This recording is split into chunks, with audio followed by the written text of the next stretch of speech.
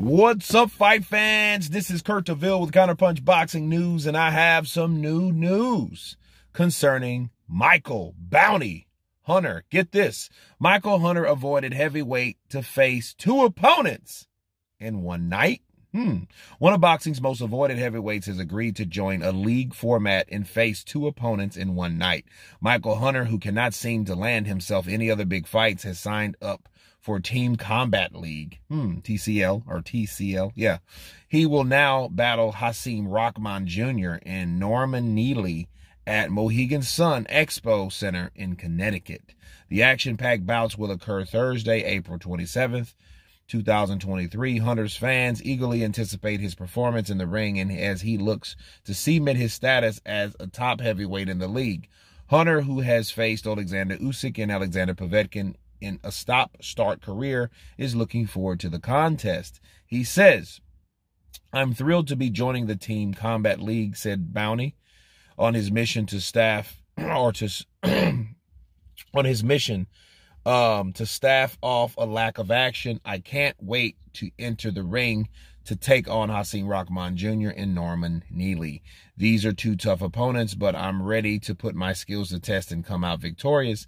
I look forward to representing Team Las Vegas Hustle and giving fans a show they won't forget.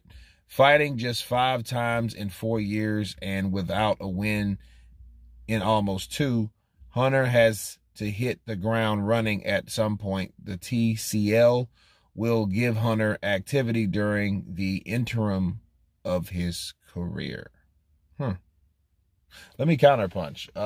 Hey, something is better than nothing. Something is better than nothing, right? I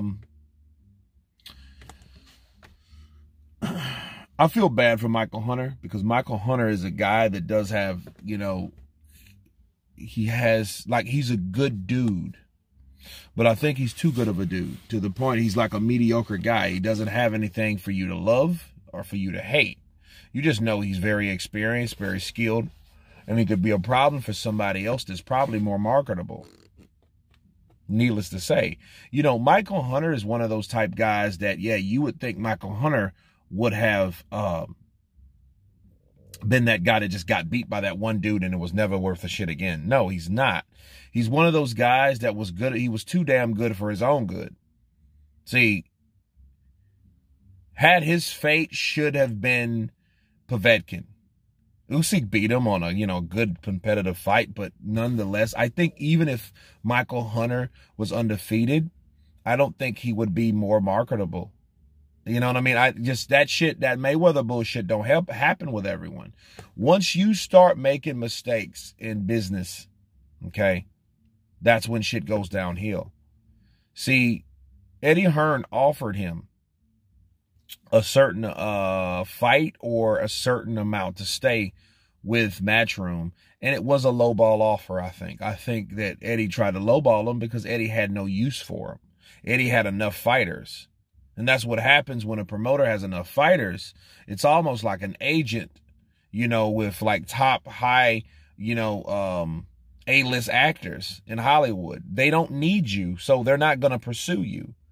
And that was Eddie at the time. So Eddie had enough talent, he had a lot of people with Dillian White, had Anthony Joshua, he had a lot of people on this stable at one point. And, he still does, but, so Micheal stepped away. Micheal left Matchroom, but then his come up should have been fighting Hrgovic. Now we'll look at Hrgovic. Hrgovic's in a position, okay? He's in a position to do whatever the hell he really wants to do. He has the IBF. He can wait for a round for that. He can fight an easy pick'ems, right? Hrgovic's in a situation where Micheal Hunter should be. Micheal Hunter's in limbo. He's between a crack somewhere in this fucking cement outside.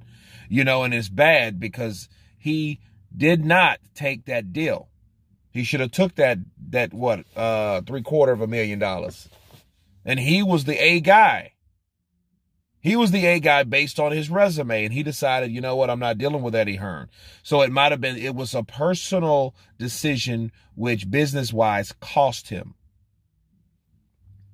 But fighting two guys one night, that's some clown shit. But guess what? The man needs money. He got a family. He needs to take care of them. Hakeem Rahman Jr., come on, man. Like, really? You know, so look, Michael Hunter's leagues above that. Michael Hunter should be fighting someone like Jared Anderson. But, you know, they know better than that. People know better. Like, no, we're not putting Jared Anderson in there with Michael Hunter. Are you stupid? Why, so Michael, you know, Bounty, you know what I mean, Hunter did beat our guy and we're marketing to be a bad MFer? And you put him in there with Michael Hunter that hardly gets a fight? Sure, he's skilled, he could win, but then if he wins, what's going to really happen? I'm the guy that beat the prospect. No, I mean, no, that no one's going to do that. So Michael is in a situation where he's like Danny Jacobs at this point. Okay, like those guys, and then where's, I'm not a Danny Jacobs, I'm sorry, Demetrius Andrade. You know, so where's Demetrius Andrade? He's still undefeated and he still can't get a freaking fight. Okay, so that's why I said I don't think it really depends on or mattered if he got beat by Usyk or not. You know, he just made a bad business decision, and I think, you know, he needs to get out of that hole he's in. You know, but I don't, you know, I don't really know and have the answers for Michael Hunter, you know, because he made a big drastic mistake with a big promotional company, which he should have at least collaborated with. He didn't have to sign with Eddie Hearn to get that paper. You know what I mean? And you didn't fight him, so who did you fight anyway? You fought somebody for like probably quarter of that money. And where is that money now? Half of that shit's going on taxes and the other half on bills and shit. So yeah, it's very hard for Michael Hunter. You know, again, my heart goes out to him. I like the guy. I think he's a very talented fighter, but like, you know, I don't think fighting him is worth the reward. And the risk is very high due to the skill level.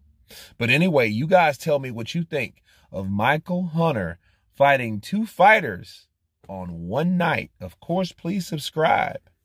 And you guys been Counterpunch. Peace!